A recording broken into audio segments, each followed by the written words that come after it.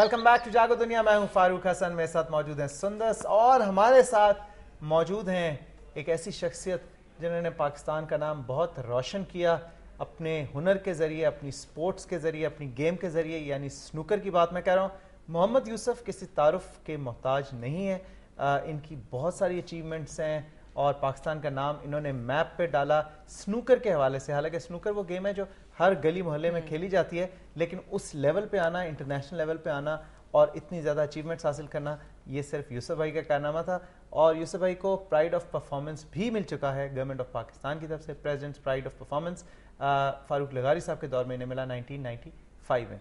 अस्सलाम वालेकुम यूसुफ भाई। अस्सलाम वालेकुम। अच्छा भाई, इनके क्रेडिट पे एक और बात भी जाती है, फारूक ने मिस कर दी, कि इनको सिंगिंग का भी शौक था और है और इंशाल्लाह रहेगा भी। और इनकी 3 एल्बम्स हैं जो अब तक आ चुकी हैं। और वीडियोस के हवाले से भी बात करें, वीडियो क्यों नहीं रिलीज आई नहीं, वो कह रहे हैं कि मैंने बना ली है लेकिन दिल में है। दिल में, अच्छा बना ली है लेकिन अभी रिलीज नहीं की। रिलीज कोई सुनता ही नहीं है तो कैसे करें। कुछ दुखी गाने होंगे ना यूसुफ भाई उसमें?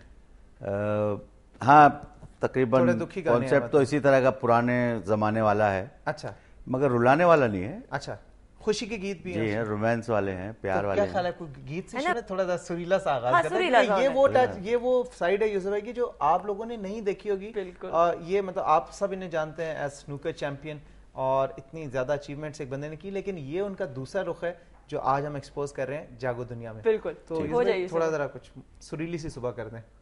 ठीक है सर, मुझे नहीं पता मेरी आवाज़ कैसे निकलेगी, लेकिन जो भी है बता सुन लीजिए।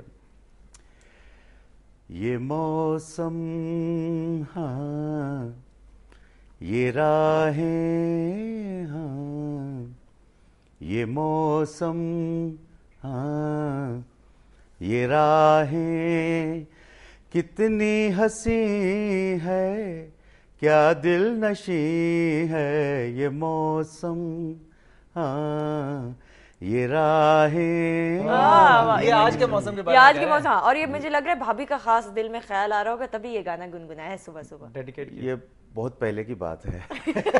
तब भाभी नहीं होंगी शायद स्क्रीन पे। अच्छा यूसुफ भाई, मुझे ये बताएं, एक बड़ा क्रिटिकल क्वेश्चन आपसे पूछने लगा हूं कि जिस दिहाई में आप चैंपियन थे स्नूकर के, उस जमाने में पाकिस्तान 3-4 गेम्स में टॉप पे था। स्क्वॉश जहांगीर खान, जानशेर खान, क्रिकेट माशाल्लाह Imran Khan leading the teams, hockey मतलब हमारे लेजेंडरी प्लेयर्स अख्तर रसूल, इस्लाउद्दीन सारे, उसके बाद शहबाज जूनियर, शहबाज सीनियर और ये सारे हसन सरदार वगैरह आए।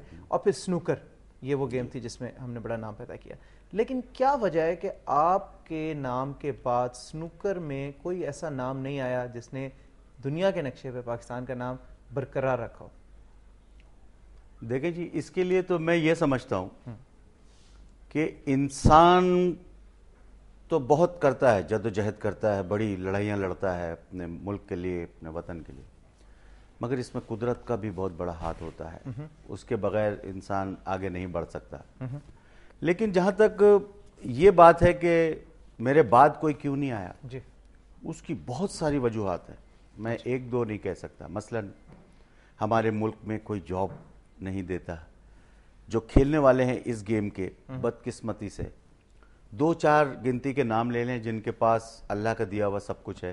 बाकी जितने भी हैं, मोहम्मद यूसुफ से लेके एक पूरी लाइन जो लगी हुई है सज्जाद, मोहम्मद सज्जाद तक जो मौजूदा चैंपियन है, यहाँ तक अगर आप ले लें तो सिर्फ और सिर्फ वो जितने भी हैं सब गरीब लोग हैं। उनके पास कोई जॉब नहीं है, कोई तालीम नहीं है। खुद मैं जो हूँ सिर्फ पहली जमात पढ़ा हूँ और उसमें भी मैंने अपना एग्जाम नहीं दिया था। अच्छा जी, वो पहली जमात का भी मैंने इम्तिहान नहीं दिया था। जिस वक्त इम्तिहान हो रहे थे तो मैं फिल्म में बैठा हुआ था, फिल्म देख रहा था। अच्छा, जी हाँ। तो ये हमारी बदकिस्मती है कि इस खेल में जितने ज्यादातर जो चैंपियन गुजरे हैं उनकी ना एजुकेशन रही और ना ही उनके हालात इतने अच्छे रहे। इस वजह से ये चीज जो है बहुत काउंट करती है। अगर उनके हालात अच्छे कर दिए जाएं, उनको रोजी रोटी मिले, उनको आगे कुछ ऐसा टारगेट मिले कि अगर आप यूं करेंगे तो ये हो जाएगा, वो हो जाएगा, और फिर उनको चांस मिले। और चांस से ज्यादा जो बहुत अहम बात है वो ये कि उनको फैसिलिटीज मिले, सही खेलने की, कहीं जाने आने की, जो बदकिस्मती से हम किसी सूरत में नहीं दे सकते। और जो गेम को चलाने वाले हैं वो तो कुछ देते ही नहीं है। अच्छा, तो आप कोचिंग करते हैं? वैसे आप सिखाते हैं यंगस्टर्स? जी हाँ, मैं कोचिंग भी करता हूँ अपनी एकेडमी है आपकी? नहीं, मेरे दोस्त हैं MB गौरी साहब, उनकी वजह से मैं यहाँ आया। उन्होंने मिलकर हम दोनों ने यहाँ पर ये एकेडमी खोली है।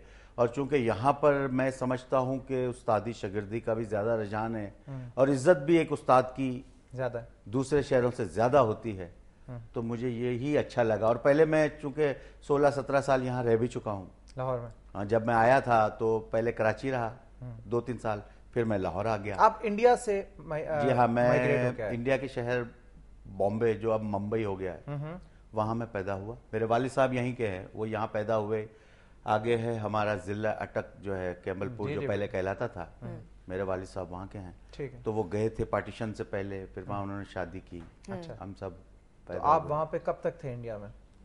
जी मैं 66 के एंड में यहाँ पर आया। अच्छा, तब आपने स्नूकर खेलना शुरू कर दी हुई थी? स्नूकर में वहीं खेलना मैंने शुरू कर दी थी। मेरे बड़े भाई साहब जो थे वो वहाँ पर खेलते थे, मैं उनको कभी कभी लेने जाता था। अच्छा।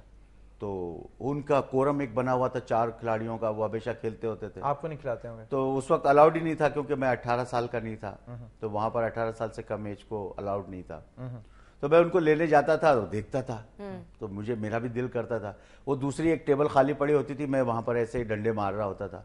वो एक दिन उनको काम पड़ गया अचानक, तो उनकी गेम लगी हुई थी, तो उन्होंने कहा भाई अब मेरी गेम कौन कंप्लीट करेगा, ये तो या तो खत्म करें। तो मैंने उनसे कहा कि अगर आप चाहे तो मैं आपकी गेम कंप्लीट करता हूँ, आप हो आए। तो वो बड़े हैरान हुए कि आप मेरी गेम कंप्लीट कैसे करोगे, तुम्हें तो खेलना नहीं आता। मैंने कहा बस ऐसे ही भाई, गिव अप करने से तो बेहतर है मैं खेल ही लेता हूँ। और फिर मैं उसमें जब वो आए तो जो खेलने वाले थे उन्होंने बताया भाई ये तो तुमसे भी अच्छा खेलता है। यानी आपने अकेले खेल खेल के सीख ली? जी हाँ। और तब कितने साल के थे आप? उस वक्त मैं हार्डली 14-15 साल। अच्छा, मुझे ये बताएं, एक स्नूकर प्लेयर की एवरेज एज कितनी होती है, कब तक खेल सकता है वो? जब तक उसके दम में दम है, हाथ पैर कायम है, आंखें, अगर आंखें देखें ना, अभी मेरे भी, मैं लेंस लगाता हूँ, पिछले ये लेंस लगा के मैंने सारे टाइटल जीते हैं। अच्छा। यानी वर्ल्ड भी, एशियन भी, हर जो टाइटल जीता है। और इसमें जब तक आप खेल सकते हैं, आपका हाथ नहीं कांप रहा, आपका कॉन्फिडेंस है, आप खेल सकते हैं इसमें। स्नूकर कभी भी पाकिस्तान में जितनी पॉपुलैरिटी हॉकी, स्क्वॉश या क्रिकेट को मिली, ऑब्वियसली उस स्नूकर को नहीं मिली कभी भी। और आप एक वन ऑफ बेसिस पे था, जैसे वो बॉक्सिंग में मेरे ख्याल में एक दफ़ा वो हमारे प्लेयर 3rd आ गया था, ब्रॉन्ज मेडल मिला था, मुझे उनका नाम मेरे जहन से निकल रहा है। तो उसके बाद से बॉक्सिंग भी एकदम पॉपुलर हुई। तो स्नूकर भी आपकी वजह से ज़्यादा, कि जब एकदम लोगों ने देखा कि पाकिस्तान टूर्नामेंट जीता है, वर्ल्ड चैंपियन बना है, तो मुझे ये बताएं कि और अक्सर लोग इसे एसोसिएट करते हैं कि जो बच्चे पढ़ाई में कमज़ोर हों, ज़रा थोड़ा, जिन्हें आवारा कहते हैं कि जी और इतना आवारा हो गया, वो जाके जो है रात को क्लब्स में स्नूकर खेल रहे हैं, वक्त ज़ाया कर रहे हैं, ये एक जनरल परसेप्शन है।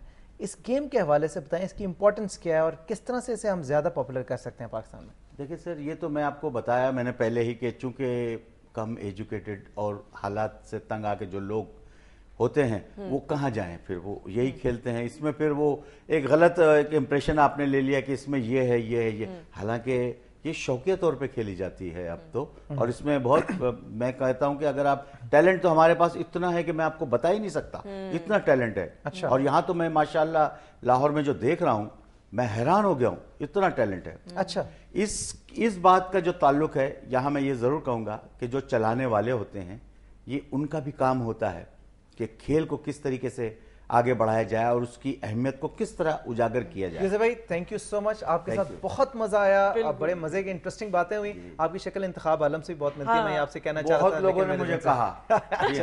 अब बहरहाल हमारी दुआएं आपके साथ हैं और मेरी दरख्वास्त है कि आपको यूज किया जाए, आप असासा हैं, हमारे मुल्क का जीते रहें और इसी तरह मुल्क की खिदमत करते रहें। हमारी दुआएं आपके साथ। Thank you so much. मैं भी दुनिया चैनल का शुक्रिया अदा करना चाहूंगा, और इतने अच्छे जो ये आपने बिठाए इंटरव्यू लेने के लिए, सुंदर साहिबा और फारूक साहब, मैं तो बहुत इनसे मिलकर बड़ी मुझे खुशी हुई, और मैं शुक्रिया अदा करना चाहता हूँ दुनिया चैनल का और पूरी इस टीम का जो ये प्रोग्राम। सही, थैंक यू सो मच जी। बिल्कुल नाज़रीन, हमने ब्रेक की तरफ बढ़ना है और ब्रेक के बाद हमारे साथ बहुत ही स्पेशल गेस्ट होंगी, so stay tuned, keep watching जागो।